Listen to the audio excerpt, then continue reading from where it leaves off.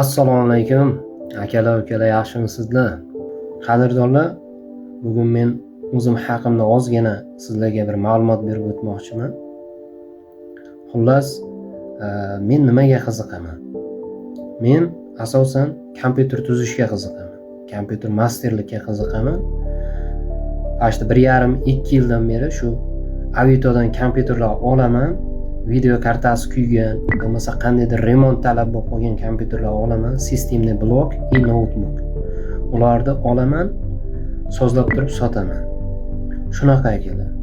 Agarda sizlarda notebook yoki kompyuterlar bo'yicha muammolar bo'lsa, bemalol yozib qoldirishingiz mumkin.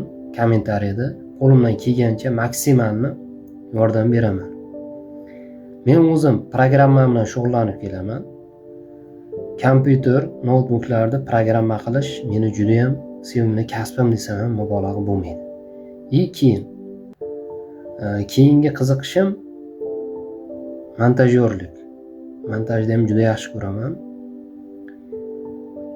Keyin telefonlarda ham sozlashni yaxshi ko'raman. Ichki sxemalariga tushunmayman, lekin tashqi nastroyka qilishlarini juda yaxshi tushunaman. Xo'p, mayli, gapni ko'paytirmay, sog' bo'lingizlar azizlar.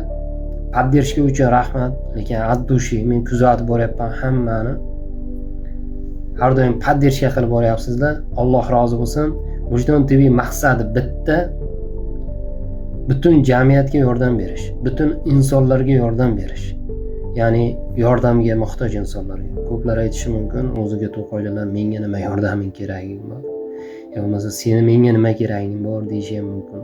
Xullas, maqsad bitta, odamlarga maksimalni yordam berish. Ya'ni yordamga muhtoj insonlarga. Buni ham addinni aytib o'tay.